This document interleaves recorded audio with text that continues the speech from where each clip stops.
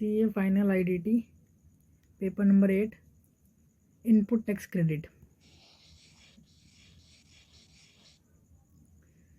Section 16 से शुरू होता है। सेक्शन 16 बोलता है eligibility and condition for taking ITC। Input tax credit लेने के लिए कंडीशन और कुछ एलिजिबिलिटी क्राइटेरिया वो क्या है।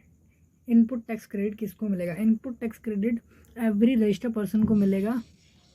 Every registered person shall be entitled to take ITC on supply of goods or services or both which are intended use in business or furtherance of business।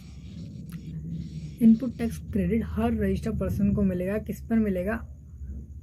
Supply of goods और services और both which are intended to use in business. जो भी उसने goods और services business में use किए या फिर फर्दरेंस ऑफ बिजनेस में यूज़ किए उस पर ITC उसको मिल जाएगा। सबसेक्शन 2 16 सबसेक्शन 2 कंडीशंस बताता है कुछ कंडीशंस पूरी होनी चाहिए इनपुट टैक्स क्रेडिट लेने के लिए। इनपुट टैक्स क्रेडिट होता क्या है? इनपुट टैक्स क्रेडिट का मतलब है IPL प्राइवेट लिमिटेड ने एक मशीन खरीदी 10 लाख रुपीज़ के लिए, उस पर GST पे किया 18% यानी कि 1,80,000 का। तो इसको वो एज ए एक्सपेंस दिखाए या फिर इसका इनपुट टैक्स क्रेडिट ले ले अपने आउटपुट टैक्स लायबिलिटी में से। तो ये अगर कुछ कंडीशन सर्टिफाई कर देता है तो उसको इनपुट टैक्स क्रेडिट मिल जाएगा इसका, अदरवाइज उसको ये एक्सपेंस दिखाना पड़ेगा अपना। तो कंडीशंस पढ़ते हैं। कंडीशन 4 कंडीशन दी हुई हैं सब सेक्शन 2 में। पहली कंडीशन बोलते हैं shall have a tax invoice. जो पर्सन इनपुट टैक्स क्रेडिट ले रहा है उसके पास टैक्स इनवॉइस होना चाहिए या फिर डेबिट नोट होना चाहिए, यानी कि उसके पास कोई एविडेंस होना चाहिए। ठीक है, टैक्स इनवॉइस हो सकता है, जो डेबिट नोट हो सकता है, या फिर such other tax paying document. उसके पास क्या होना चाहिए? टैक्स पे किया उसने, इस बात का सबूत होना चाहिए, तभी वो उसका इनपुट टैक्स क्रेडिट ले सकता है। ये नहीं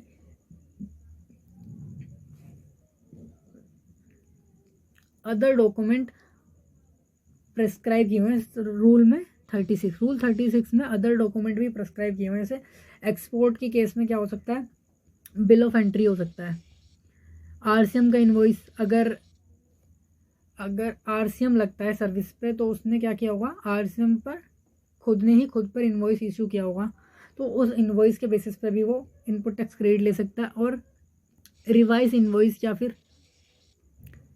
या document issue by input service distributor.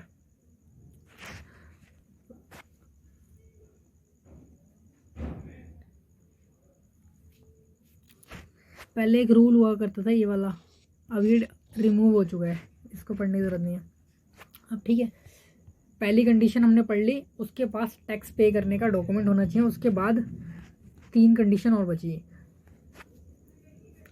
Goods has receive goods और सर्विसेज बोथ। ठीक है, उसको क्या गुड्स और सर्विसेज एक्चुअल में मिल जाने चाहिए। उसके पास एक तो टैक्स इनवॉइस होना चाहिए और जो उस टैक्स इनवॉइस पे गुड्स और सर्विसेज लिखी हैं वो उसको मिल जानी चाहिए। दूसरी कंडीशन ये बोलती है। और तीसरी कंडीशन बोलती है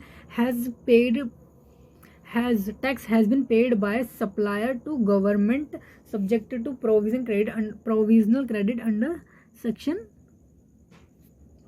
41। ठीक है, टैक्स क्या होना चाहिए?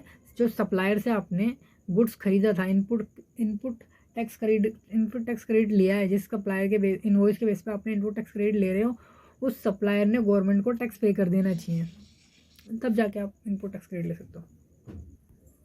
तीसरी कंडीशन है tax has been paid by supplier to government. ठीक है, एंड फोर्थ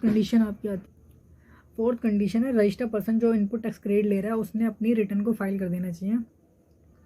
अब इसका एक प्रोवाइजो बोलता है provided where goods receive in lots या इंस्टॉलमेंट्स में या लॉट्स में आपको गुड्स मिल रहे हैं, तो रजिस्टर्ड पर्सन कब इनपुट टैक्स क्रेडिट लेगा? जब उसको लास्ट लॉट रिसीव होगा ना, उस ग्रुप ऑफ असेट्स का लास्ट लॉट जब उसके पास आ जाएगा उसके बाद वो पूरा इनपुट लेगा।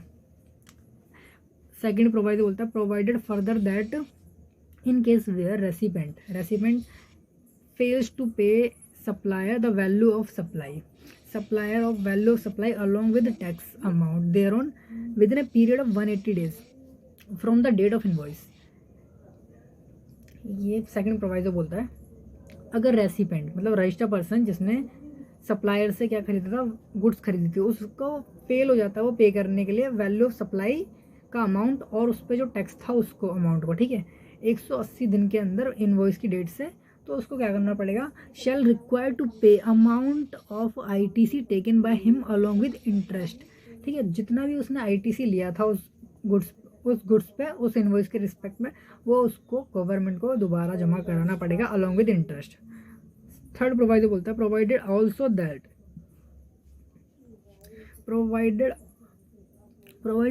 That recipient shall be entitled to take ITC when he made payment to supply along with tax, ठीक है। लेकिन ये थर्ड प्रोवाइडर बोल रहा है कि पहले तो उसको वापस करना पड़ेगा आईटीसी, अगर उसने पेमेंट नहीं करी, जिससे उसने माल खरीदा था उसको अगर उसने 180 दिन के अंदर पेमेंट नहीं किया तो उसको क्या करना पड़ेगा, जो आईटीसी उसने लिया है ना वो उसको वापस से डिपॉजिट कराना पड़ेगा इंटरेस्ट के साथ। लेकिन जब भी वो पेमेंट कर देगा सप्लायर को तो वो क्या कर सकता है, फिर से उसका आईटीसी ले सकता है, ठीक है।